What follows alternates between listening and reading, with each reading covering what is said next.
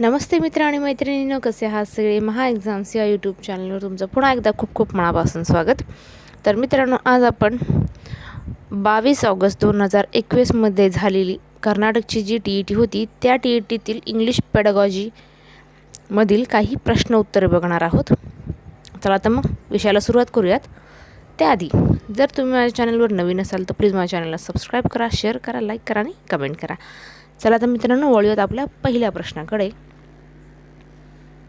पहिला प्रश्न आहे, I took an umbrella dash it was raining. त्या प्रश्नाचं उत्तर आहे पर्याय क्रमांक 2, as. I took an umbrella as it was raining. पुढचा प्रश्न बघूया. The past tense form of live is, आणि या प्रश्नाचं उत्तर आहे पर्याय क्रमांक 1, left. The past tense form of live is left. So the उत्तर आहे लेफ्ट. पुढचा प्रश्न बघूया. पुढचा प्रश्न आहे, Jupiter is dash biggest planet in dash solar system. तर या प्रश्नाचं उत्तर आहे द आणि the. Jupiter is the biggest planet in the solar system. तर पर्याय क्रमांक 3 हे त्याचं योग्य उत्तर आहे. पुढचा प्रश्न बघूया.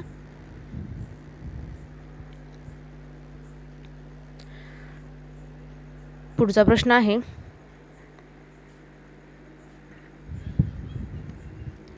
The correct word to make compound word for the word body is. या प्रश्नाचं उत्तर आहे पर्याय क्रमांक 4, गार्ड. पुढचा प्रश्न बघूया.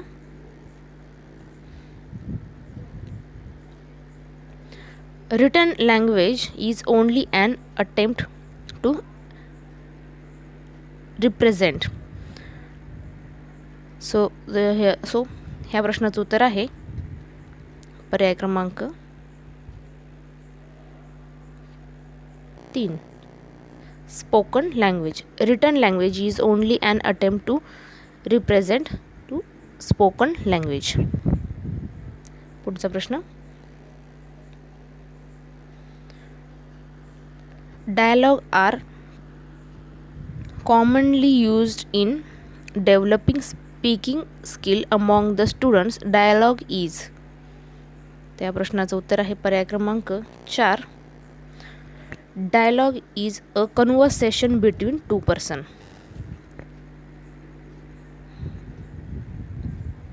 पुढचा प्रश्न बघूया.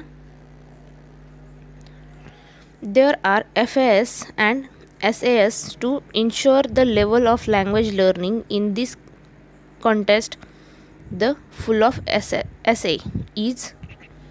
तर या प्रश्नाचं उत्तर आहे पर्याय क्रमांक 1, SM मीन्स सुमेटिव्ह असेसमेंट. SAचा फुल फॉर्म विचारला होता. पुढचा प्रश्न बघूया. पुढचा प्रश्न आहे, students usually enjoy tongue twister. The tongue twisters provide a joyful practice in speaking. तर विचारले काय, तर choose the tongue twister form the following. तर या प्रश्नाचं उत्तर आहे पर्याय क्रमांक 2. काय आहे, तर where there are the sea sell on the sea sure.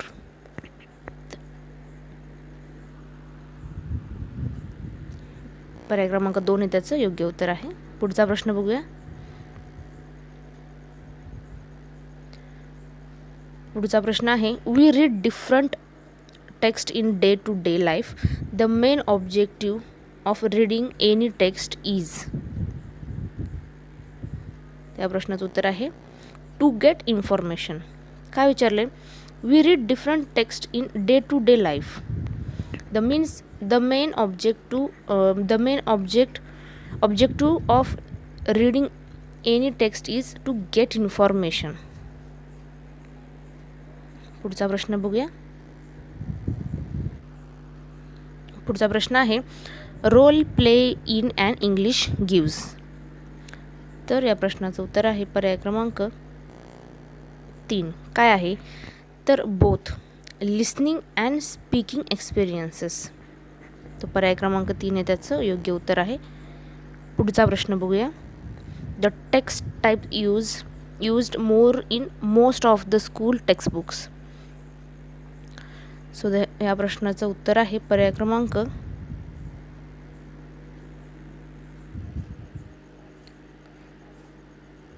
'So the correct answer is recipe. The text types used more in most of the school textbook is recipe. पुढचा प्रश्न बघूया. A teacher wants to orient student on a references skill. Which of the following is helpful in finding the part of speech of any word? So the correct answer is option number 2, dictionary. Next question.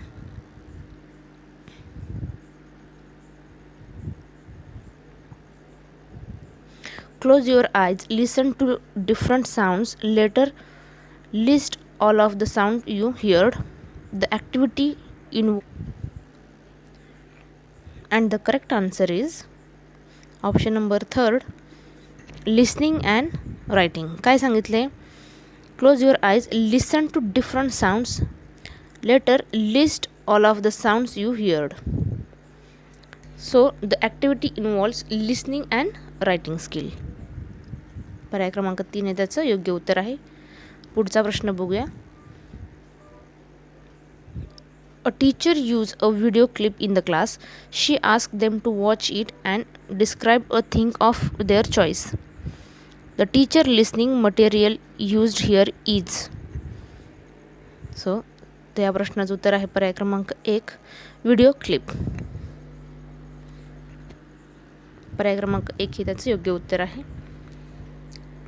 तर मित्रांनो, आजचा video तुम्हाला कसा वाटला नक्की comment करून कळवा. Video आवडला असेल तर प्लीज लाईक करा, शेअर करा आणि तुम्ही अजूनही माझ्या चॅनलला सबस्क्राईब केलं नसेल तर प्लीज सबस्क्राईब करून घ्या. चला तर मित्रांनो, थांबूया इथेच. भेटूया पुढच्या व्हिडिओमध्ये. तोपर्यंत धन्यवाद.